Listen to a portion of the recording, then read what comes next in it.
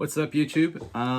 Welcome back to my comic room. I thought I'd do a quick video again this week, and this time it's actually with a tricky question that I got posed. I actually got this question on YouTube during one of the comments, but also actually one of my good friends who recently came into comics asked me the same question. And it's one of those questions where you think, like, as a collector of 30 years, you'll have your top five, and you'll have your best reads, and you'll have your best characters or your favorite characters. But I feel like that type of shit fluctuates every day. So every time you actually think about it, you flip things around, you're like, oh, this character is actually my favorite, but when it's written by that person, or this character's favorite when it's written by that person. So it really actually always fucking just does my mind in, right? So the question to me was, give me your top four, top five favorite reads. Now, in context of that, I started thinking, I've been reading for 30 years, and I've been reading stuff that precedes that by 30 years, probably, right? Nobody can tell me Amazing Fantasy 15 was an amazing read. It's a great origin story that started something fucking amazing, but it's not the best read ever. It doesn't stay with you, and you're not reflecting on it before you go to bed, type of thing, right? So I started narrowing it down in the context of this friend of mine, Brian, who, thanks for the question and screwing me over for this. He was like, well, you know what? He's new into reading and he wants to be able to pick up the trades. So what I did is I narrowed it down to self-contained stories that's got a beginning, a middle, and end, a good journey, great reading, and probably very likely accessible in terms of finding a trade instead of going to hunt down the back issues. Although usually with this type of stuff, even when you like the trade, you end up hunting down the back issues. And then I went through a process of elimination in my head over the past few days where I'm like, oh, this could make it, this could make it. There are so many honorary mentions that I think, is worth that top five.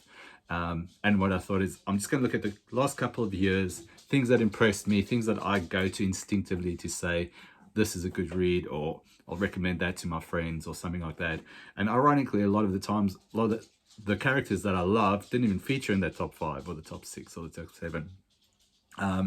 But also I did think about, what are the ones that you most likely would have referred over the past 10 years or 20 years, and what's that repeated, or what's the repetition there in terms of, people liking it or not liking it or giving you good feedback. So the list I've got might not be perfect, and I might change it again next week, but it's a cool list in my opinion. And I think, as a starting point, great top five, you probably can't go wrong. Give me feedback on it and tell me if you did like it or not.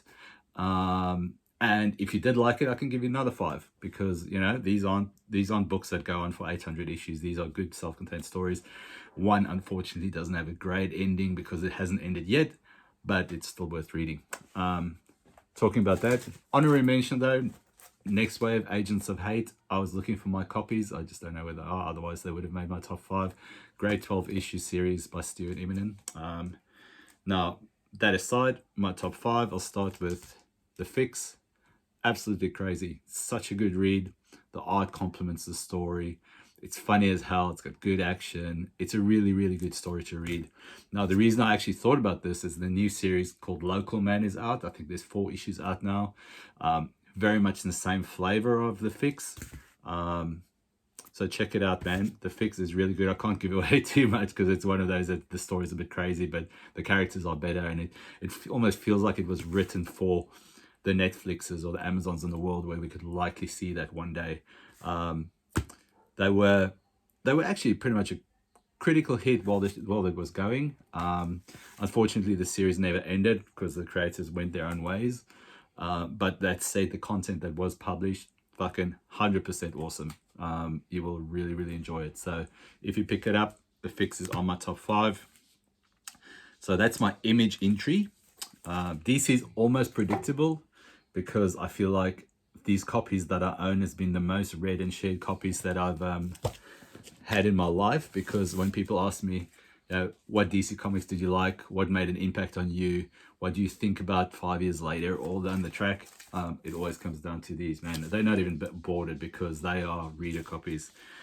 They were passed around in the classroom, shared them with friends, went to go pick them up like 6 months later type of copies. But at the same time, amazing read. I think I discovered Alex Ross in all his greatness through this, and was mesmerized by it. A lot of my drawing back then in late 90s came from me just copying inserts and panels and some of his art just onto pages because I was just so inspired by it. I love the future look of, you know, the Lobo and the Blue Beetle and his take, Mark Waid's take on what that future world looks like. And the fact that it's a superhero story without being a superhero story, it made it an absolute classic.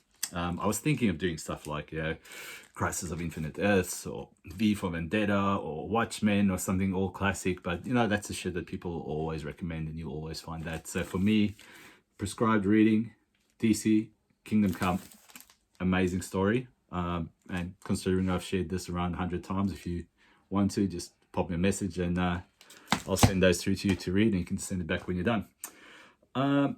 Top three. So top three, what I went for, again, is stories beginning, middle, and end. It might be 5 issues, 10 issues, 20 issues. Great creative teams all around. I love it when it's the writers and artists complement each other and they play off each other really well. So I'll do that one last. I'll do this one now. The past 6 or 7 years, Donny Cates have been fucking dominating with Marvel in world building, really.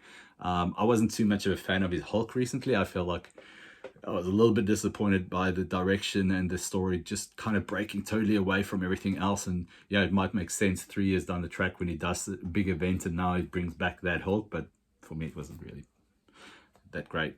Now, what he did really well, Thanos, Cosmic Ghost Rider. Now, Cosmic Ghost Rider, for those who don't know, I'm assuming if you're reading Marvel or if you've been picking up comics for a while, you'll know the concept of the character. It's future Frank Castle as Ghost Rider in space. Amazing. Now, Thanos issue 13 is his first appearance. There's a 5-issue run there where he gets introduced into the concept and its purpose and all that type of stuff, and then it spins off into the miniseries. And the miniseries is a cracker because of the fact that he hangs around with baby Thanos. It's really good. So it's funny. I love good funny comics. I wanted to say Justice League International. I wanted to say all the Keith Giffen stuff that I grew up with. But again, then you've got to read 60 issues. So for me, going to go something like this, where you can read 5 or 6 issues of Thanos and then jump into a 5-issue miniseries and just absolutely fucking enjoy it. Top marks, 3rd spot for me for today. Ask me again next week. 2nd spot. All right, so I don't even know which is 2nd spot. I'm looking at both these comics that I've prepped for this talk. Both the same writer, Jason Aaron. I've kind of over the years, and probably because of people on Greyhunters really promoting it hard, his content, his writing, his perspective characters has really been good, and I've kind of got into a lot of the back catalogue of the Jason Aaron's of the stories of the world. So I'm gonna go with Punisher. This only just finished. Issue 12 came out. I haven't read it yet. I've read responses to issue 12, and I think that's the last issue of the series. Half the people are devastated, half people are angry, but that tells me, you know, it fucking makes a good story because it doesn't just end on a fizz. So first 11 issues were absolutely crazy good. I'm not going to give away too much, but it's a darker Punisher than I've ever read.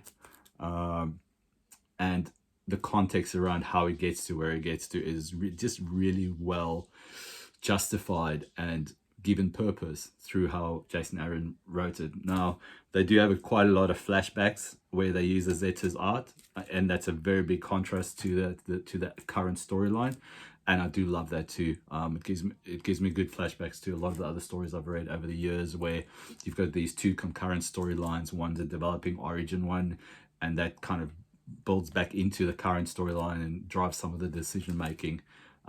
Absolutely top fucking marks for this, I tell you. 11 issues in, I might hate myself if I say it is my top 2, but at the moment, absolutely amazing. So I look forward to seeing what happens in the last issue. So my top 1, and I'm sure this will be no surprise to anybody who's been following my posts on Greyhunters over the past 5-6 years. I've been going on about the comic, the writing, the art, and that is God of Thunder. So I would say hands down, you know, just a dark, gritty, dirty story of Thor, just the way he introduced Gore, just the way he introduced the world, everything that comes around and is associated with the story was just absolutely great. And it was a significant move away from how they portrayed not just Thor but the incarnations of Thor before that, the Jane Fosters and everything else. And I think the 25 issues that I read here, it was one of those cases where I'd read 3 or 4 at a time and just ponder on that for 6 weeks or 7 weeks until, or 6 days or 7 days until I read the next 3 or 4 issues, and look forward to getting it done. Now, don't worry, I've got lots of copies of it. Now, it's not always easy to find, especially because it's got a few key origins and appearances and all that type of shit. Best written and read in trade, which is probably the go-to for these days if you have a back catalogue of stuff you want to read. But one of those where you've got such a degree of satisfaction associated with owning the floppies. Well, personally, I do. Yeah, so that's it, man. My top 5: Thor, God of Thunder; Punisher, Jason Aaron; Donny Cates, Cosmic Ghost Rider and Thanos; and The Fix. Last but not least, Kingdom Come. I'm a DC boy. I grew up DC. I wanted to recommend quite a few things, but I think justifying a top 5, this is it, man. Go check them out if you haven't, and if you have, tell me what you think. Am I right? Am I wrong? And give me your top 5, and we can discuss that on the interwebs. Anyway, thanks for watching. Enjoy the rest of your day. If I do another video later in the week, it'll likely be about CGC. But we'll get there. Talk to you guys later. Thanks for watching.